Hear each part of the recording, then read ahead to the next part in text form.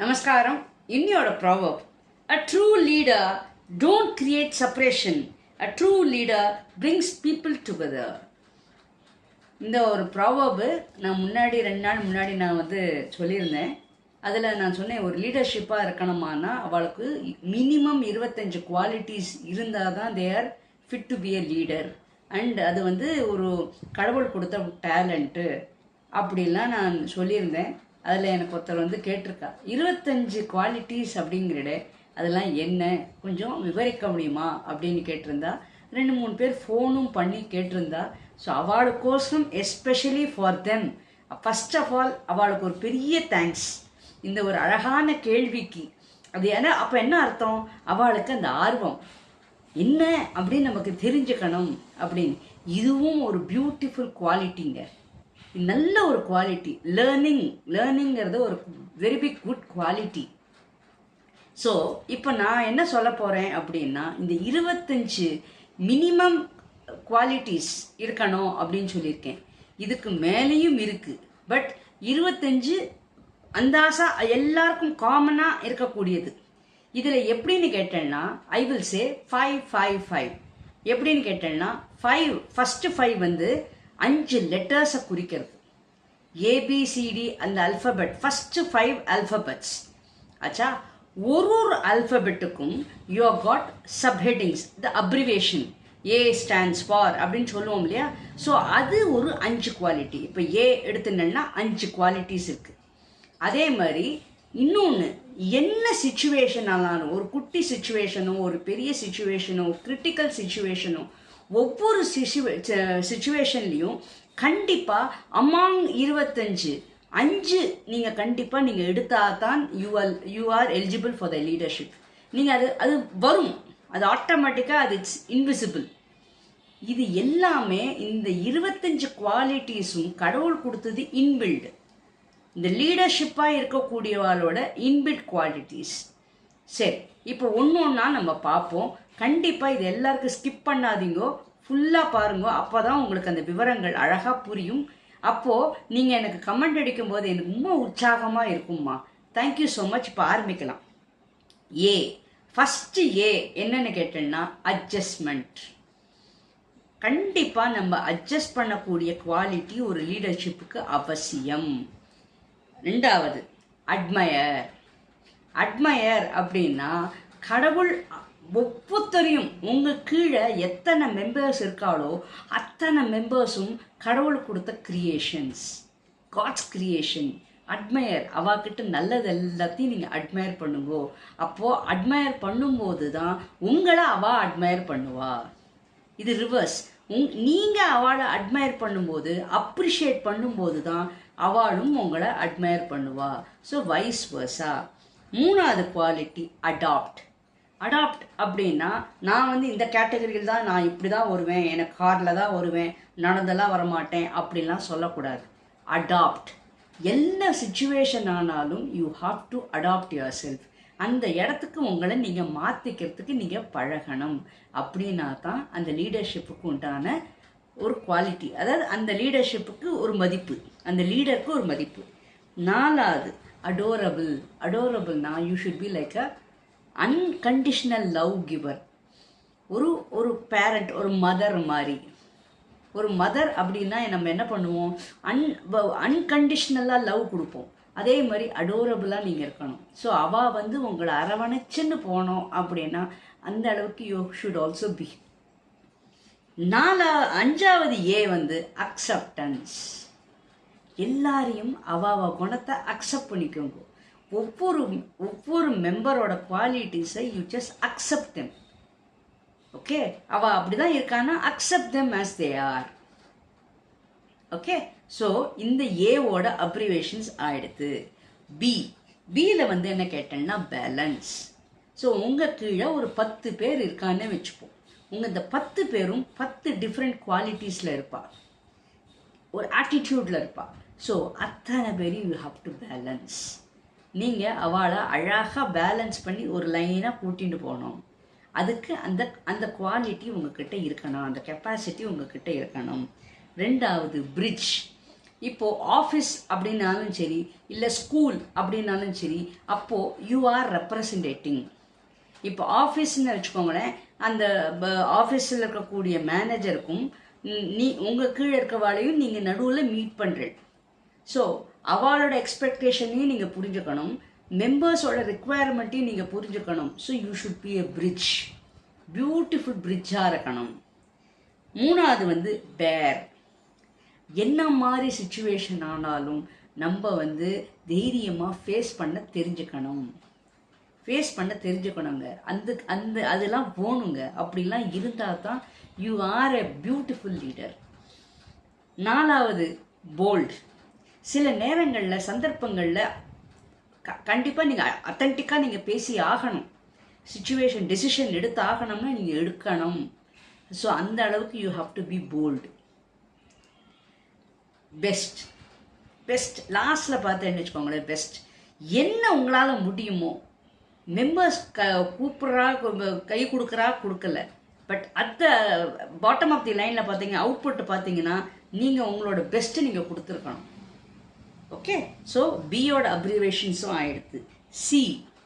C பார்த்தீங்கன்னா commitment அப்படின்னா நம்ம இதை முடிக்கணும் அப்படிங்கிற, எப்படியாவது இது பண்ணி காமிக்கணும் அப்படிங்கிற சேலஞ்சஸை நம்ம ஃபேஸ் பண்ண தெரியணும். தைரியமாக நம்ம ஐயோ இது பண்ண முடியுமோ முடியாதோ, இவா ஒத்துப்பாளோ அந்த மோ கூடாது. முடியும், பண்ணுவோம் அப்படிங்கிற அந்த ஒரு கரேஜ் இருக்கணும். கண்ட்ரோல்னா உங்களோட பேச்சுக்கு, உங்களோட கமாண்டுக்கு எல்லாரும் ஓகே அப்படிங்கிறோம். அந்த அளவுக்கு you have to be controlling yourself. அந்த ஒரு கண்ட்ரோல் இருக்கணும். மூணாவது கன்சிஸ்டன்சி அப்படின்னா எப்போதுமே நிறங்குடம் தழும்பாது அப்படிங்கிற மாதிரி மெம்பர்ஸ் வந்தாலும் வராட்டாலும் you have to maintain the name. உங்கள் குரூப்புக்குன்னு ஒரு நேம் இருக்கும் இல்லையா? ஸோ சம்டைம்ஸ் சில நேரங்களில் ஃபுல் அட்டெண்டன்ஸ் வரும், சில பேர் ஃபுல் அட்டெண்டன்ஸ் வராது, இல்லை சில பேர் ஒரு தவறுதல் பண்ணியிருப்பா. அந்த தவறுகள்லாம் நம்ம கரெக்டாக பார்த்து அதை எப்படியாவது நம்ம பண்ணி நம்மளோட பேரை யூ ஹாவ் டு மெயின்டைன். அதுதான். நாலாவது கேர். எல்லாரையும் யூ ஹாவ் டு கேருங்க. ஆல் இருக்கக்கூடிய 10 பேர் இருந்தாலும் சரி, 20 பேர் இருந்தாலும் 20 பேர் இருந்தாலும் சரி, யூ ஹாவ் டு கேர். அவளை கண்டிப்பாக நம்ம கன்சர்னாக இருக்கணும்.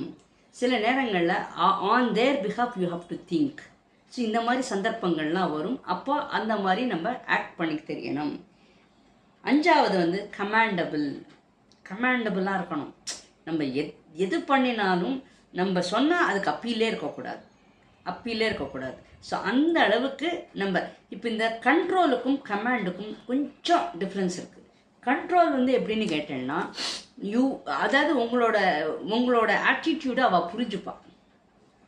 இதுக்கு மேலே பண்ணினா அவள் கொஞ்சம் கோபம் வரும், அவளுக்கு பிடிக்காது அப்படிங்கிற ஆட்டிடியூட். கமாண்டபிள்னா you are telling, you are dictating. நீங்கள் அவளுக்கு சொல்கிறேன். ஸோ கமாண்டபிள் வேறு, கண்ட்ரோல் வேறு. கண்ட்ரோல் அப்படிங்கிறது உங்களோட இப்போ உங்களோட ஒரு 5-6 வருஷமாக உங்களோட மூவ் பண்ணியிருக்கா அப்படின்னா, அப்போ அவளுக்கு ஓரளவு தெரியும் உங்களோட ஆட்டிடியூட். உங்களுக்கு இது பிடிக்கும், இது பிடிக்காது, இது பண்ணால் அவள் அட்ஜஸ்ட் பண்ணிப்பா, ஒத்துப்பா, இல்லை இது இந்த மாதிரி சொன்னால் அவள் சமாளிச்சுக்கலாம் அப்படிங்கிறது உங்களுக்கு you will come to know. So அந்த கண்ட்ரோல் அப்படிங்கிறது அவளோட ஆட்டிடியூடில் யூ ஆர் அந்த ஒரு கண்ட்ரோல் வச்சுட்டுருக்கேன். இதுக்கு மேலே யாராவது எதாவது பண்ணலாம் அப்படிங்கிற அந்த ஆட்டிடியூட் கண்ட்ரோல்.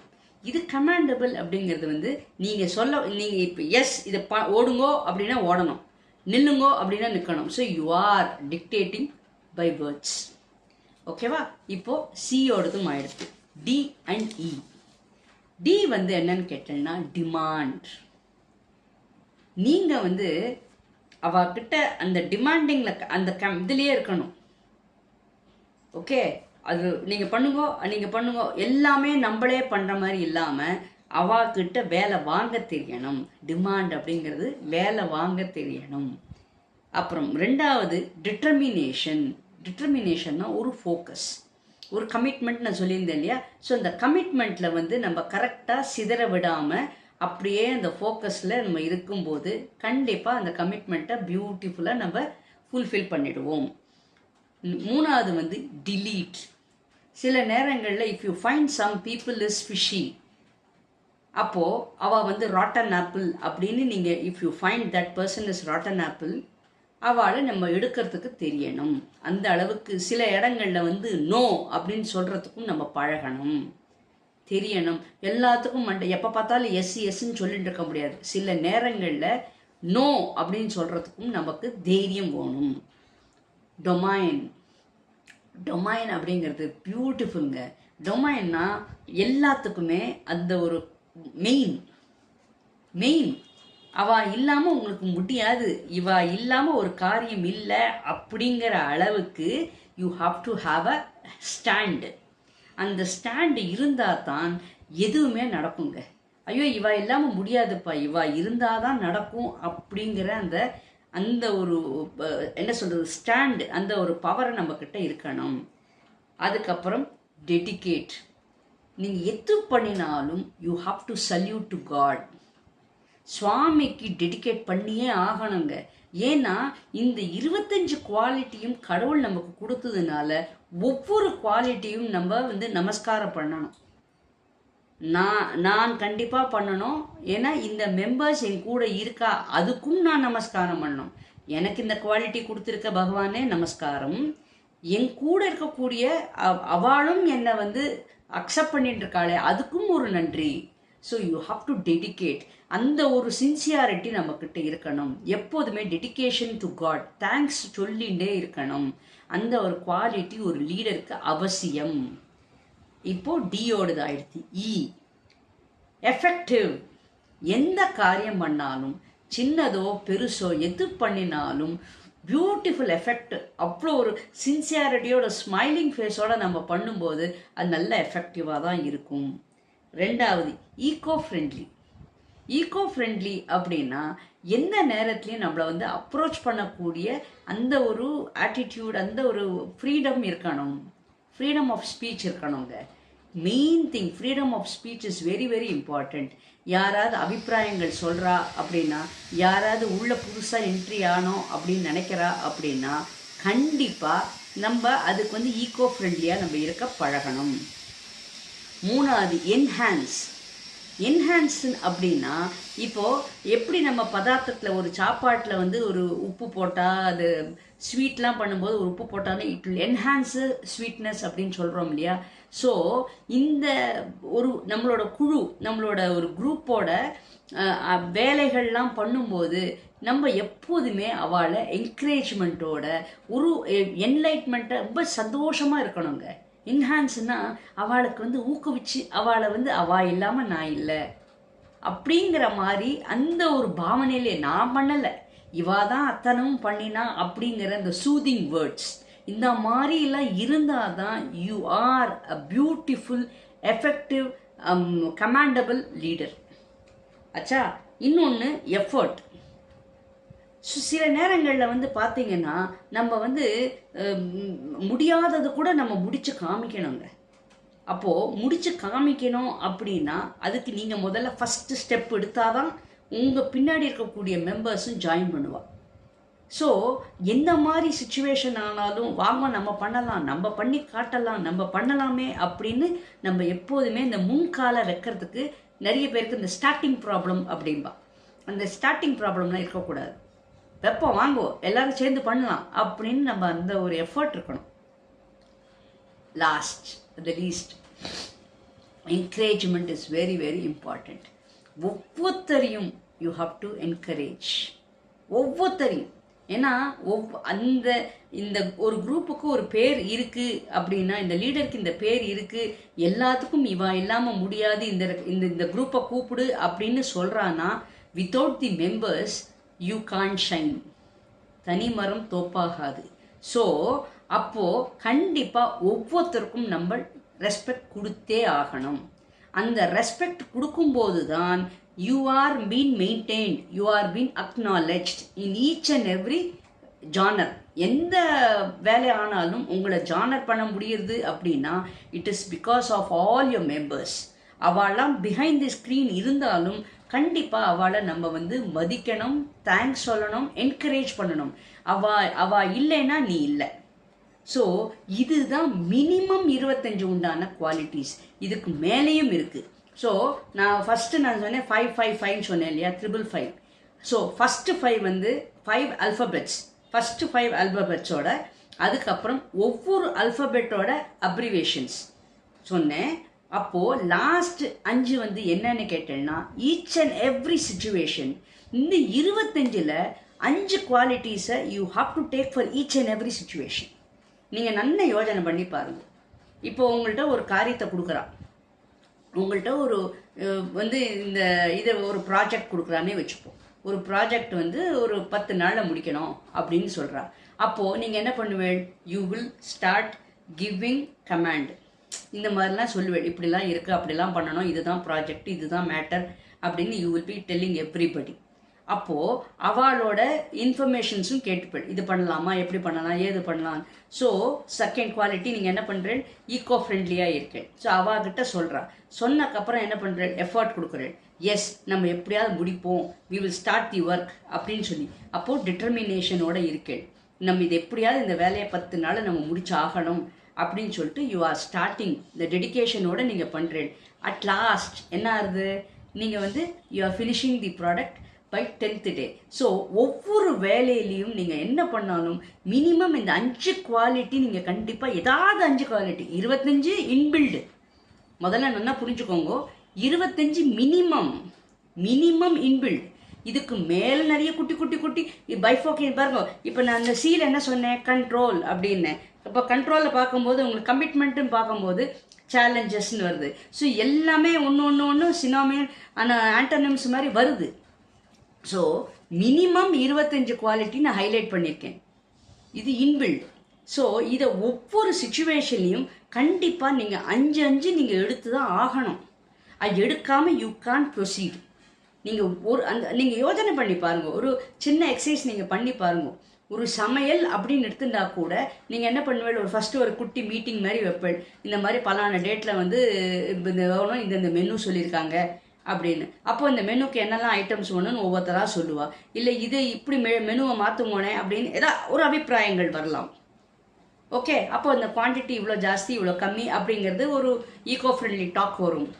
அதுக்கப்புறம் இல்லைப்பா நான் இதுதான் முடிவு எடுத்துட்டேன்ப்பா. ஸோ யூ ஆர் கமாண்டிங், நீங்கள் வந்து இதுதான் அப்படின்னு நீங்கள் சொல்கிறேன். சொன்னக்கப்புறம் அவள் சொல்கிறா ஓகே நம்ம எப்படியாவது பண்ணிடலாம். ஸோ அவள் ஒரு நல்ல ஒரு எஃபோர்ட்டோட எடுக்கும்போது தான் அவுட்புட்டில் நம்ம we are able to have a beautiful tasty yummy dinner or whatever the food இல்லையா. ஸோ இது எல்லாத்துக்குமே 555.